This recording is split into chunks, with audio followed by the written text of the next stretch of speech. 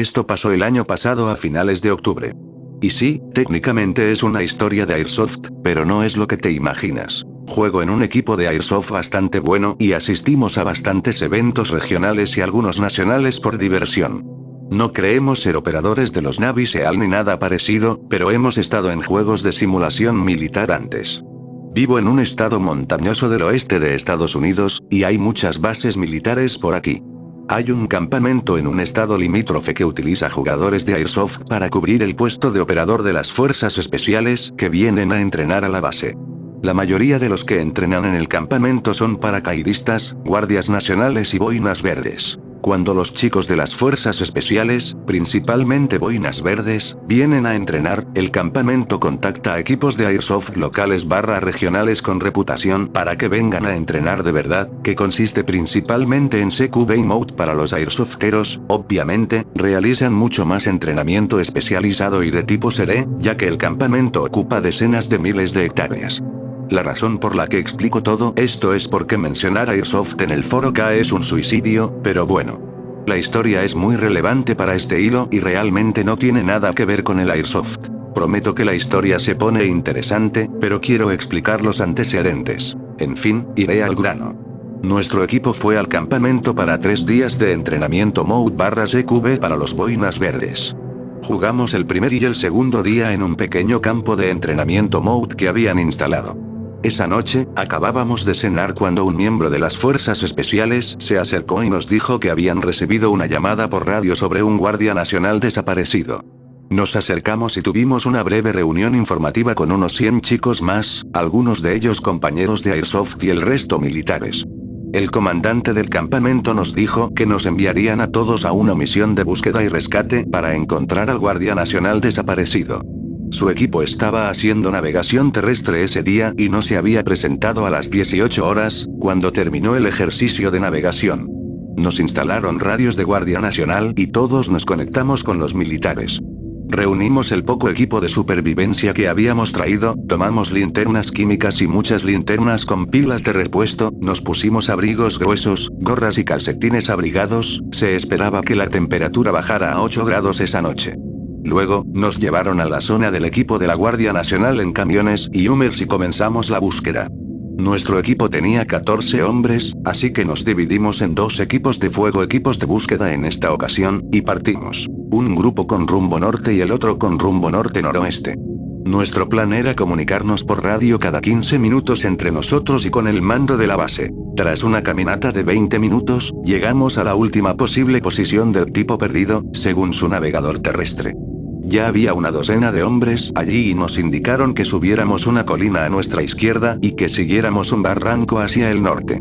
Transcurrieron otros 20 minutos y ya estábamos barranco arriba.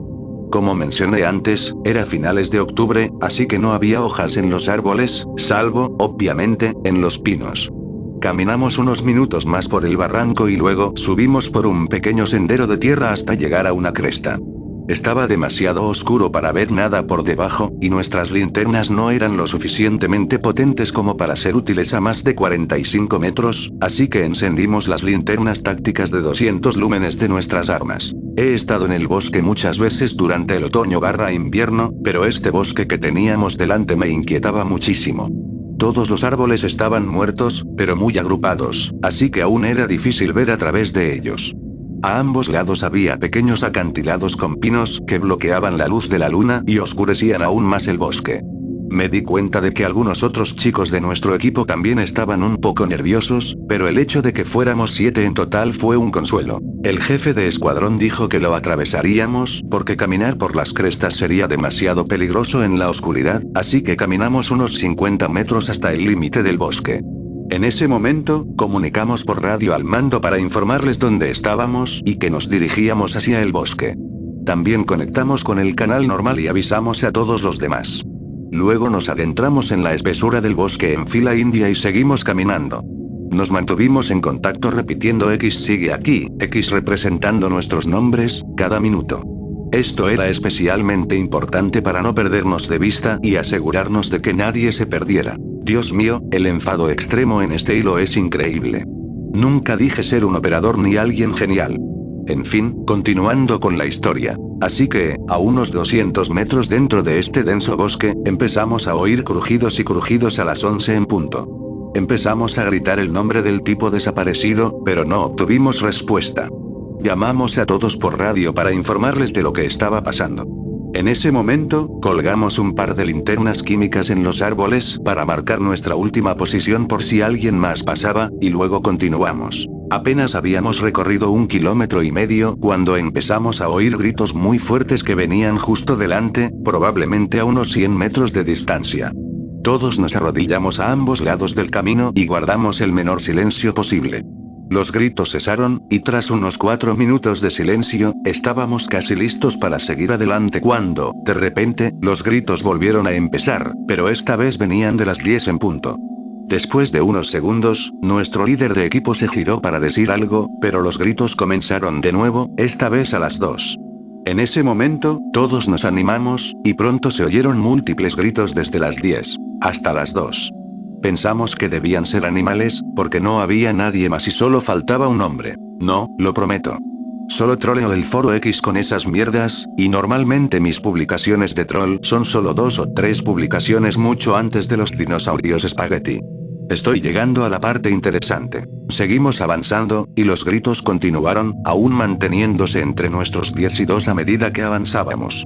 Después de unos 150 metros, pensamos que estaríamos justo en el centro de lo que fuera que gritaba, pero seguía viniendo de frente. El líder del escuadrón se detuvo, se giró y nos dijo que oyó agua corriendo más adelante. Después de unos metros más, llegamos a un pequeño arroyo. Cruzamos con cuidado sobre unas piedras, luego avanzamos otros 200 pies más o menos hasta que llegamos a una zona hundida en el bosque donde había un claro de 20 pies entre los árboles. Nos detuvimos, nos reunimos alrededor, y luego decidimos intentar pillar a los animales desprevenidos y tal vez vislumbrar algunos ojos reflectantes en la distancia. Los gritos seguían, pero no se habían vuelto más fuertes ni más silenciosos a medida que avanzábamos. Nos alineamos y encendimos nuestras linternas tácticas al mismo tiempo, apuntando al frente. Los gritos cesaron al instante.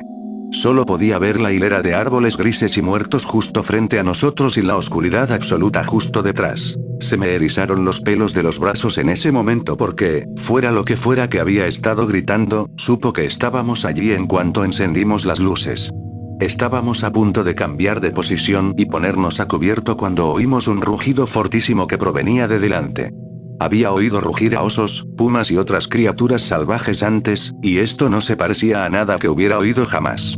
Definitivamente no era humano, ni tampoco ningún animal reconocible. Todos enfocamos inmediatamente las luces hacia donde habíamos oído el rugido y nos tumbamos. Algunos empezaron a susurrar «Dios mío». Y mierda. Pero pararon en cuanto oímos otro rugido detrás de nosotros. En pocos segundos, los rugidos venían de 360 grados, y de repente oímos uno desde nuestra posición de las 8 que parecía estar a solo unos metros. Nuestro jefe de escuadrón se arrodilló y dijo, «Arriba, nos movemos ya». Con voz urgente y sin rodeos. Todos nos pusimos de pie e inmediatamente echamos a correr hacia la una, en dirección contraria al rugido más cercano. No recuerdo cuánto tiempo corrimos, solo saltando troncos y tratando de no engancharnos con ramas o hierba seca. Cuando el camino estaba despejado, iluminaba con la linterna a mi izquierda, entre los árboles, durante un par de segundos y luego volvía al sendero para ver por dónde iba. El rugido seguía viniendo de ambos lados y parecía acercarse a nosotros. Por suerte, no vi nada con la linterna mientras corría. No quería ver, pero al mismo tiempo era casi peor no saber qué nos perseguía. Disculpen, no pretendía trollearlos. De verdad que no puedo escribir esta noche ni aunque me cueste la vida, y estoy corrigiendo cada palabra que escribo. Finalmente llegamos a la orilla de un río y todos saltamos literalmente unos 3,6 metros de la adrenalina. Al aterrizar en el otro lado, trepamos por una colina con pinos y nos escondimos tras los árboles, aunque estábamos a solo unos metros de distancia. Manteníamos las linternas vigilando la línea de árboles que había debajo. Tenía la adrenalina al máximo en ese momento y sentía que todo mi cuerpo pesaba una décima parte de lo que pesaba en realidad. Fue el momento de lucha o huida más intenso de mi vida. Aunque veía bien, oía con total claridad y no sentía peso, todo gracias a la adrenalina, logré mantener los brazos firmes y la linterna apuntando hacia abajo. Después de un par de minutos, me di cuenta de que algo se movía con fuerza a mi izquierda. Miré por encima del hombro y vi a mi compañero temblando tanto que su equipo se sacudía como un demonio. Cambié de postura y le puse la mano en el hombro, pero él inmediatamente tiró del brazo con tanta fuerza que mi mano salió volando. Lo miré directamente a los ojos, y nunca había visto tanto miedo en mi vida. Tenía las pupilas tan dilatadas que casi no podía verle el blanco de los ojos. Le digo a mi compañero que nos distanciamos de lo que nos perseguía y que estamos bien. Por suerte, aún no se ha vuelto loco del todo y asiente. Nos sentamos en la colina unos 10 minutos, intentando recomponernos y dejar que la adrenalina bajara. Finalmente, me acerco al líder del escuadrón y le pido su radio. Dura un momento y me la entrega con mano temblorosa. Estoy bastante seguro de que era el más sensato del equipo en ese momento, así que llamé por radio para avisar a los demás. Me llevó unos 2 minutos de conversación ininterrumpida por radio explicar nuestra situación, porque estaba muy afectado y tenía que repetirme y corregirme cada 2 segundos. Pronto hubo tráfico de radio informando lo mismo con otros escuadrones, lo que nos alivió un poco hasta que nos dimos cuenta de que lo que fuera que rugía no estaba aislado en una sola zona. En ese momento decidimos largarnos de la zona y permanecer en las crestas, donde al menos tuviéramos algo de visibilidad y no estuviéramos rodeados por una densa arboleda muerta. Caminamos unos 800 metros por la cresta, y luego tuvimos que descender por un sendero de tierra porque la cima era demasiado empinada para continuar. Después de caminar un poco más, llegamos a un pequeño grupo de los mismos árboles muertos, aunque estábamos en el lado opuesto de la colina donde nos perseguían. Seguíamos nerviosos y nos acercamos lentamente a los árboles con las luces apagadas y sin comunicarnos. Cuando estábamos a unos 7,5 metros de distancia, vimos algo de movimiento y nos quedamos paralizados. Mi adrenalina volvió a subir y pensé, esto es todo, basta de correr, nos va a atacar aquí mismo, ahora mismo, en medio de la nada, y nadie, ni mi familia ni mis amigos, sabrá lo que me pasó. Antes de que pudiera levantar la linterna, 4 luces nos iluminaron, cegándonos. Equipo de búsqueda. Tardamos unos segundos, pero tanto el líder del escuadrón como yo dijimos que sí al unísono. Los chicos de los árboles apuntaron sus linternas hacia abajo y nos dijeron que nos acercáramos. Pensé que mi equipo estaba muerto de miedo, pero estos 4 chicos estaban pálidos como el papel. Nos preguntaron si también habíamos oído los aullidos y gritos, y respondimos que sí, que nos habían perseguido hacía unos minutos. Dijeron que les había pasado lo mismo, solo que se habían quedado donde estaban y los habían acechado rodeado hasta que nos oyeron acercarnos a unos cientos de metros de distancia. Después de reunirnos con los 4 nuevos, salimos disparados de allí y continuamos hacia el norte con la esperanza de encontrar otros escuadrones, solo para aumentar nuestro número y sentirnos más seguros. A los 5 minutos de caminata, oí un fuerte golpe detrás de mí y todos se giraron de inmediato, esperando ver lo que fuera que había estado rugiendo. Vimos a un hombre en el suelo, boca abajo, pero aún moviéndose. Todos pensamos que lo habían atacado, pero se puso de rodillas y comenzó a darse palmadas en el pecho, indicando que se había quedado sin aliento. Solo señaló hacia abajo, a su derecha. Al mirar más de cerca, vimos un trozo de varilla donde tenía el pie y algo de concreto justo debajo. Nos reunimos a su alrededor, alguien lo ayudó a levantarse y los 2 líderes de escuadrón decidieron revisar la zona hasta las 4 en punto en busca del resto de la estructura de concreto. Solo nos dispersamos unos metros para barrer, pero en pocos minutos encontramos un pequeño claro con un gran cuadrado de cemento en el centro. Había barandillas metálicas que bloqueaban el centro del cemento y una línea metálica que lo dividía por completo. Enseguida nos dimos cuenta de que estábamos ante un silo nuclear en medio de la nada. Algunos chicos empiezan a hablar de que deberíamos refugiarnos dentro del silo, pero la mayoría se apresura a decir que no, que es demasiado peligroso y que nos hará perder el tiempo. Aún así, algunos encuentran la entrada, básicamente una alcantarilla a pocos metros, y quitan la tapa. Empezamos a revisarlo un par de chicos a la vez. Cuando me acerco, alumbro el agujero con mi linterna y doy una vuelta para tener un mejor ángulo. Veo una escalera que baja bastante, pero no es hasta que llego al borde del agujero que veo que la escalera baja unos 15 metros hasta la oscuridad total, y que hay varios niveles más abajo.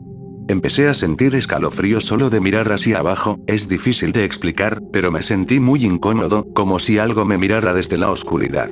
Me aparté y me senté en la barandilla con un chico de nuestro equipo de búsqueda. Pude ver que temblaba ligeramente y, al mirarle la cara, vi que también lloraba un poco. Tenía solo 16 años, era uno de los jugadores más jóvenes de nuestro equipo. Le dije que estaríamos bien y luego respiré hondo y exhalé lentamente. Le dije que respirara como yo para que se sintiera mejor. Empezamos a respirar al unísono durante un par de minutos, lo que sin duda nos ayudó a ambos. Tras llegar a la conclusión unánime de que no íbamos a bajar al silo, un par de chicos gritaron desde dentro para asegurarse de que el hombre desaparecido no estuviera allí.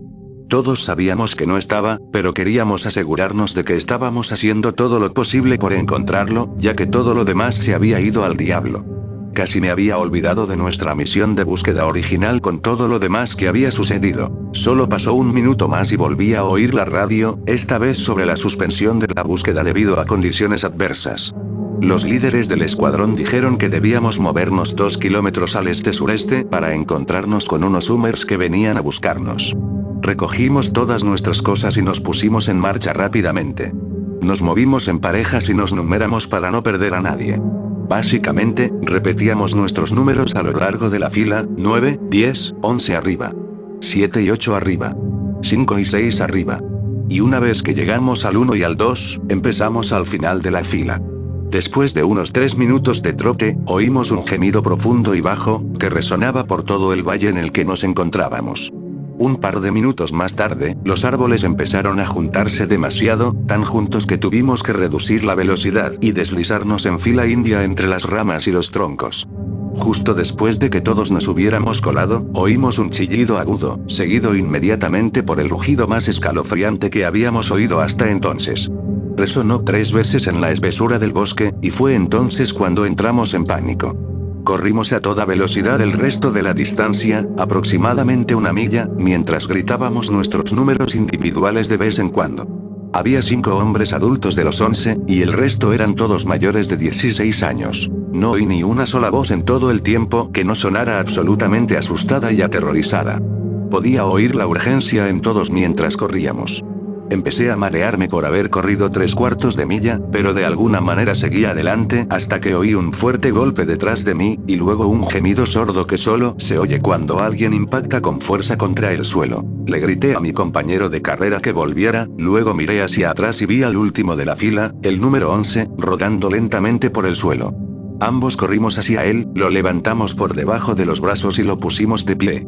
En ese momento, miré hacia arriba y capté un destello increíblemente rápido de lo que sea que nos seguía. No puedo describir lo que vi. Era solo una sombra entre los árboles a unos 30 metros de distancia, pero parecía mucho más grande que cualquier oso que hubiera visto.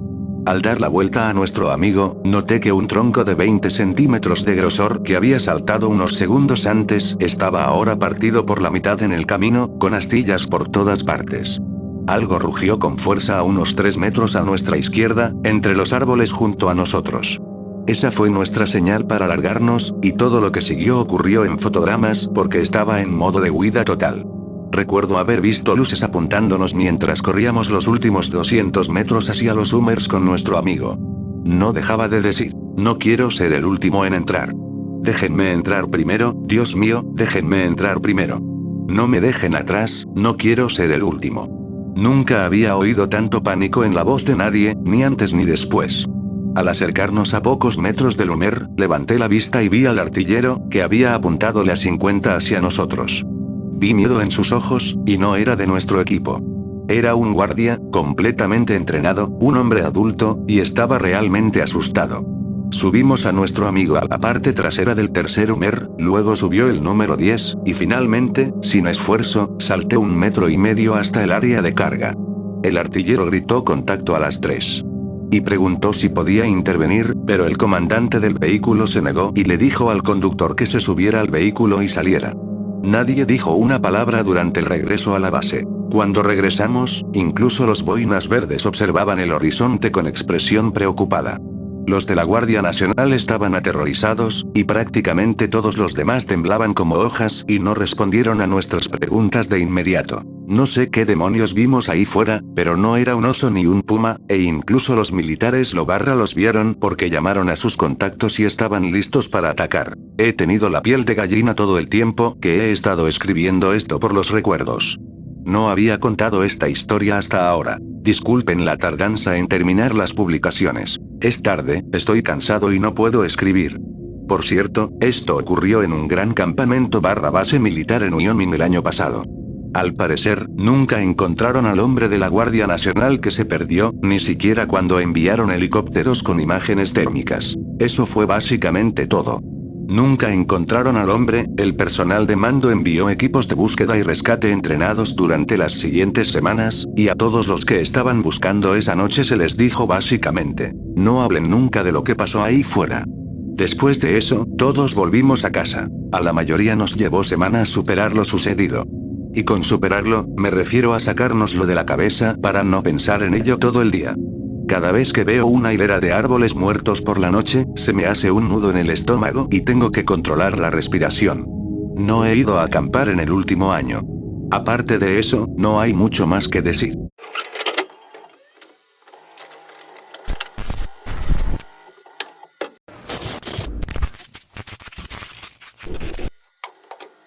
Vale, Foro X, sé que estas historias de críptidos nativos americanos se repiten hasta el infierno y de vuelta, pero tengo una para compartir de hace unos meses.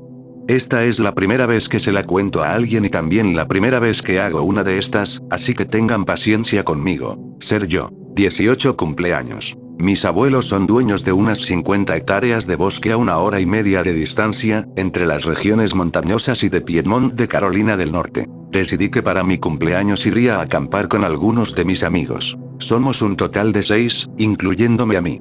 Llamémoslos Dave, John, Lisa, Andrew y Sam. A media milla de la carretera principal hay una cabaña de tamaño decente. Vale, voy a dejarlo del texto verde de ahora en adelante, ya que me será más fácil explicarlo de esta manera. La cabaña es básicamente una habitación grande con un baño y un ático para almacenamiento. La habitación principal consta de una cama individual tamaño queen, un televisor en un soporte conectado a una antena parabólica, una cocineta, una mesa con 4 sillas y varios sofás. También había un colchón inflable en el ático para dormir. La idea era que 2 de nosotros durmiéramos en la cama, 1 en el colchón inflable y los otros 3 en sacos de dormir. A la noche siguiente, nos cambiábamos de sitio, y así sucesivamente. En fin, subimos en 2 coches, el mío y el de Dave. Estos chicos son muy amigos míos, pero algunos no se conocían entre sí, sobre todo John. John era compañero de trabajo y nadie más lo conocía. Al principio fue un poco incómodo, pero a medida que avanzaba la noche, empezamos a beber y todos lo pasábamos bien. Aunque la cabaña tenía una cocineta completamente equipada, habíamos hecho una fogata y estábamos cocinando perritos calientes y esmores. La cosa no empezó a ponerse rara hasta las 11 de la noche, más o menos.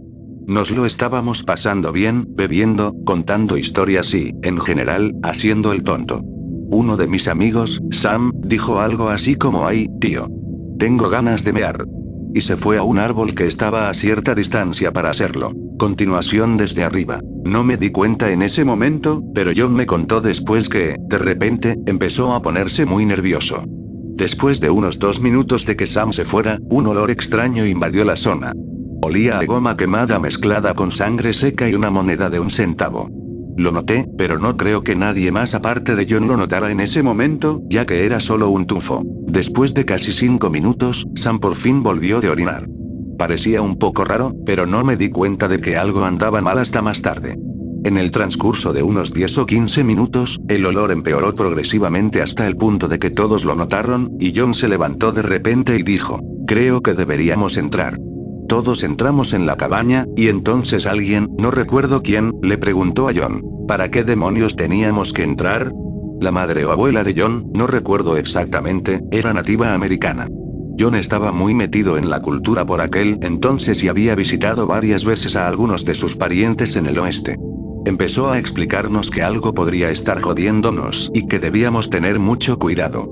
Todos, en ese momento, creíamos de todo corazón que nos estaba jodiendo. O sea, en ese momento lo único que había pasado era un olor raro, ¿no? Fue entonces cuando me di cuenta de algo y se me encogió el estómago. Solo éramos 5. En ese momento, oímos que llamaban a la puerta, seguido de un ¿qué ha pasado? Me alejé un poco y me perdí, y cuando volví, el fuego se había apagado y todos estaban dentro. Tengan en cuenta que había pasado quizás 1 minuto desde que me levanté y entré, y el fuego ya estaba bastante encendido. Lo dejamos entrar y entonces le pregunté: ¿de qué estás hablando? Estabas sentado justo a mi lado ahí fuera. Luego explicó que eso era imposible y que había estado dando tumbos en la oscuridad como un idiota durante 20 minutos, en un estado de ebriedad, intentando regresar. La cabaña se quedó en silencio. No un silencio de todos dejaron de hablar, sino de no hay absolutamente ningún ruido. Había pasado muchas noches en la cabaña antes de este punto, y siempre se oía el sonido del viento y varios bichos haciendo ruido las 24 horas del día, los 7 días de la semana. Ya no había nada de eso. Lo que rompió el silencio fue el sonido de pasos lentos afuera. Era inconfundible en el silencio sepulcral, un fuerte crujido sobre hojas secas, seguido del sonido de un pie arrastrándose por el suelo, casi cojeando. La única razón por la que pudimos oírlo fue debido a las delgadas paredes de la cabaña. Otra característica de la cabaña es que tiene muchas ventanas. No estoy seguro de si fue una petición de mis abuelos o si era algo normal, pero había unas 6 o 7 ventanas en la habitación principal. Los pasos venían del lateral de la casa, casi justo debajo de una de las ventanas, donde se detuvieron. Lisa sacó lentamente su teléfono del bolsillo y encendió la linterna hacia la ventana, ya que las luces de la cabaña estaban apagadas.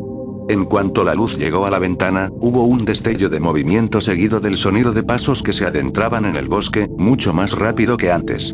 Mientras Lisa, John, Andrew, Dave y yo estábamos muertos de miedo, Sam empezó a enfadarse, diciendo que John y yo le estábamos gastando una broma y que simplemente lo reconociera para poder seguir divirtiéndonos. Justo entonces, ese repugnante olor a cobre se filtró por la habitación, y entonces lo oímos.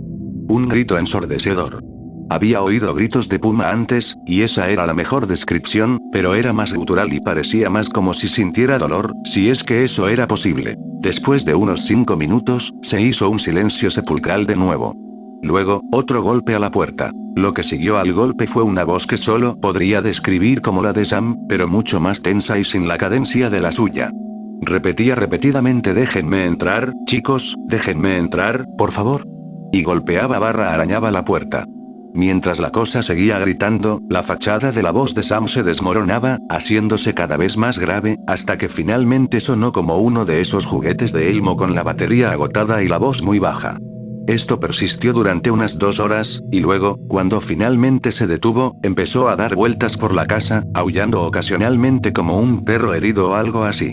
Tenía varias armas escondidas en la cabaña, incluyendo una Marlin 30-30 de palanca que agarré. Encendí la luz del porche de la cabaña, abrí la puerta de golpe y vi, fuera lo que fuese, saltar de vuelta a la arboleda. Disparé algunos tiros en su dirección y volví a cerrar la puerta. Poco después de cerrarse la puerta, los gritos de antes volvieron, pero más fuertes, casi como si estuvieran locos. El resto de la noche lo siguió patrullando alrededor de la casa, haciendo algún ruido ocasional, mientras intentábamos montar guardia. En algún momento me quedé dormido y, cuando desperté, algunos de los demás estaban levantados recogiendo las cosas de todos. El sol ya había salido. Eran alrededor de las 7:30 am. Poco después, salimos de la casa y comenzamos a caminar de regreso a los autos, ya que habíamos estacionado a unos cientos de metros, debido a que el sendero era demasiado estrecho. Mientras caminábamos de regreso, oímos movimiento en el bosque a ambos lados, y finalmente echamos a correr, y él nos siguió. Me di la vuelta en un momento y lo vi bastante bien antes de que se lanzara hacia el límite del bosque. Epílogo a continuación. Era probablemente 30 centímetros más alto que yo encorvado, así que medía unos 2,5 metros. Tenía parches de pelo irregulares, y el resto parecía piel podrida. Sus brazos eran mucho más largos de lo debido y terminaban en dedos largos y delgados, y su cabeza parecía una mezcla entre un ciervo y un lobo. Logramos llegar a nuestros coches y largarnos de aquí. Nadie ha hablado de ello desde que ocurrió, excepto John y yo. Me explicó todo lo del cambiapieles y se supone que debemos volver a esparcir cenizas o algo por la cabaña y hacer otras cosas para ahuyentarlo. He cazado y acampado en esa tierra desde pequeño y nunca había experimentado algo así. Lo único que se me ocurre diferente es que nunca había habido más de 4 personas allí abajo a la vez, y nunca habíamos estado de fiesta ni trasnochado hasta tan tarde. No sé si esa cosa siempre estuvo ahí y nunca la había molestado antes, o si se había mudado. Si tienen alguna sugerencia, estoy atenta.